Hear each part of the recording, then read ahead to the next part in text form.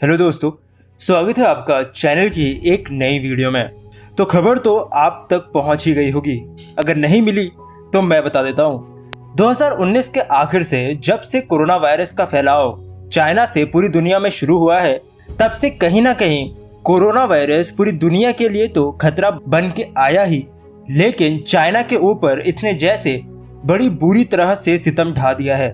पिछले कई दशकों से एशिया की जाइगेंटिक पावर बनने का सपना देखने वाली चाइना की जीडीपी को इसकी वजह से तगड़ा झटका लग सकता है, और जिसकी वजह से अभी चाइना का भारत की तरफ कुछ ज्यादा ही अग्रेसिव रुख देखने को मिल रहा है।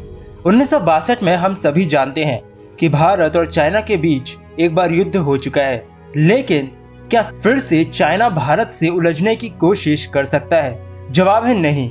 कारण बहुत सारे हैं और उन सारे कारणों को आज हम इस वीडियो में कवर करेंगे।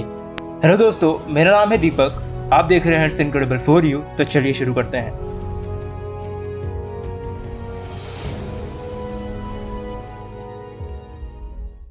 तो अभी कुछ दिनों पहले LAC यानी लाइन ऑफ एक्चुअल कंट्रोल के अंदर भारत की सीमा में चाइना की तरफ से न सिर्फ हलचल देखने को मिली, बल्कि चाइनीज फाइटर जेट्स भी LAC के पास गश्त लगाते हुए नजर आए। और कुछ साल पहले डोकलाम विवाद भी हुआ था, जो शायद आपको याद होगा, जिसमें भी चाइना बिना कोई स्ट्रिक्ट एक्शन लिए अपनी बात से पीछे हट गया था। तो आखिर इतना शक्तिशाली देश होने के बावजूद चाइना भारत के सामने वो रुख क्यों नहीं दिखाता? इसके लिए कई कारण हैं। पहला कारण है उनकी इकोनॉमी।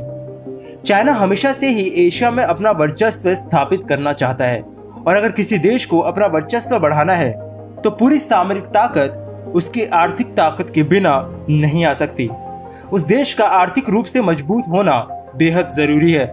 पिछले 40 से 50 साल में की गई जीतोड़ मेहनत की बदौलत आज चाइना अमेरिका के बाद दुनिया का सबसे मजबूत देश है, और PPP यानी परचेसिंग पावर पैरिटी की लिस्ट में तो उसने अमेरिका को भी पीछे छोड़ दिया है। चाइना से निकली एक महामारी ने आज चाइनीज इकोनॉमी को एक बहुत बड़ा झटका दिया है। तो सोचिए, अगर चाइना भारत के साथ युद्ध में उलझता है तो उसकी 40 से 50 साल की वो मेहनत जिसने उसे आज यहाँ पर लाकर खड़ा किया है, वो मिट्टी में मिल सकती है। और इसके साथ ही उसका वो सपना भी जो वो अक्सर देखता रहता है, यानी अपना संपूर्ण साम्राज्य एशिया में स्थापित करने का। इसके साथ ही अभी तक चाइना एक तरीके से दुनिया का फैक्ट्री हब भी बना हुआ था। खैर, अब इस कोरोना महामारी के बाद अब कितनी फैक्ट्रीज वहां रहेंगी ये तो आने वाला समय ही बताएगा, लेकिन उस फैक्ट्री हब बने चाइना का आज दुनिया में इतना विस्तार है कि शायद जिस मोबाइल या लैपटॉप पर आप ये वीडियो देख रहे हो वो भी चाइना से ही बनकर आया हो। और हम भारतीयों को तो ये पता ही है कि लगभग हमारे घर में 50% चीजें सीधे यानी डायरेक्ट या फिर परोक्ष रूप से यानी इनडायरेक्टली चाइना से ही बनकर आती हैं। और ये बात हमें ही नहीं बल्कि चाइना को भी पता है। चाइना के बाद भारत दुनिया की सबसे बड़ी आबादी वाला देश है, और उतना ही बड़ा है चाइना के लिए भारत का मार्केट भी। और शायद आज इतने आगे पहुंच चुके इन व्यापारिक रिश्तों को चाइना एक युद्ध की वजह से खराब करने का जोखिम नहीं उठा सकता। इसके अलावा चाइना का भारत के ऊपर अटैक ना करने का एक और कारण है, और वो है वहां की कम्युनिस्ट पार्टी। खैर, ये बात अगर आपको नहीं पता तो चाइना एक लोकतंत्र नहीं है, वहाँ कम्युनिस्ट पार्टी रूल करती है, यानी ये कह सकते हैं कि एक ही पार्टी। लेकिन भारत का लोकतंत्र उसके लिए इस समय बेहद फायदेमंद साबित होगा। भारत पर अगर चाइना हमला करता है तो भारत उसे लोकतंत्र पर हुआ हमला घोषित कर बाकी लोकतांत्रिक देशों से नैतिक मदद की मांग करेगा। और सीधी सी बात है कि पश्चिम की कई ताकतें जो चाइना और उसकी विस्तारवादी सोच के खिलाफ हैं, वो भारत का समर्थन भी जरूर करेंगी। और न सिर्फ पश्चिमी देश बल्कि चाइना की विस्तारवादी सोच और उसकी दादागिरी से तंग आ चुके उसके पड़ोसी भी भले ही खुले रूप से नहीं लेकिन छुपकर कहीं ना कहीं भारत की मदद के लिए आगे जरूर आएंगे। और ये बात चाइना भी अच्छे से जानता है कि भारत पर हमला करने के बाद भले ही कई देश जो चाइना के दुश्मन हैं वो भारत को समर्थन देते हुए नहीं सही, लेकिन चाइना को हराने के लिए ही सही भारत का साथ जरूर देंगे।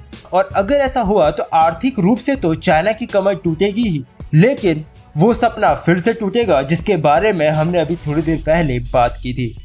और अगला सबसे महत्वपूर्ण और आखिरी कारण है हमारी खुद की सरजमी यानी भारत।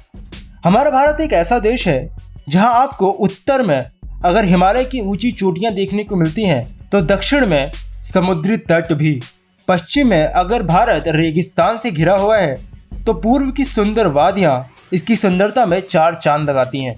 और यही भारत की सरजमीन चाइना के लिए उसकी अगली और आखिरी चुनौती भी होगी।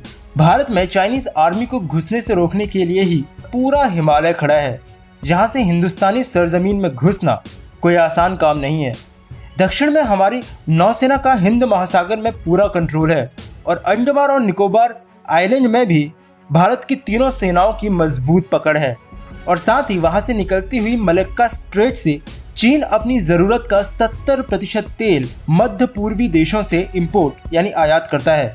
और अगर भारत को युद्ध की ज़रा सी भी आशंका होती है तो सबसे पहले वो इस मलक्का स्ट्रेट को बंद करवा सकता है, जो युद्ध के समय चीन के लिए एक बहुत बड़ा झटका होगा और वो शायद ये कभी नहीं चाहेगा।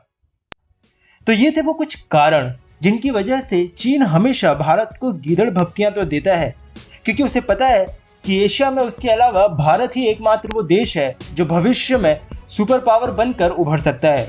लेकिन कहीं ना कहीं अपने फायदे और कुछ खतरों को देखते हुए चीन भारत पर वापस हमला करने की गलती अब कभी नहीं कर सकता है। तो फिलहाल आप इसके बारे में क्या सोचते हैं? आपको क्या लगता है कि क्या कोई और भी ऐसे कारण हैं जिनकी वजह से चीन भारत में हमला करने से हमेशा बचता है? तो मुझे कमेंट सेक्शन में ज़रूर बताइएगा। तो अभी के लिए इस वीडियो में इतना ही। उम्मीद करता हूँ कि आपको वीडियो पसंद आई होगी। अगर आपको वीडियो पसंद आई है तो इसे लाइक करें, अपने दोस्तों और फैमिली के साथ में शेयर करें। और अगर आप चैनल पर नए आए हैं तो चैनल को सब्सक्राइब किए बिना बिल्कुल मत जाइएगा, क्योंकि इस चैनल पर आपको ऐसी ही इंटरेस्टिंग टॉपिक से रिलेटेड वीडियोज़ मिलती रहेंगी। तो मिलता हूँ आपसे फिर से एक और नए इंटरेस्टिंग टॉपिक की एक नई वीडियो के साथ में। तब तक के लिए अलविदा।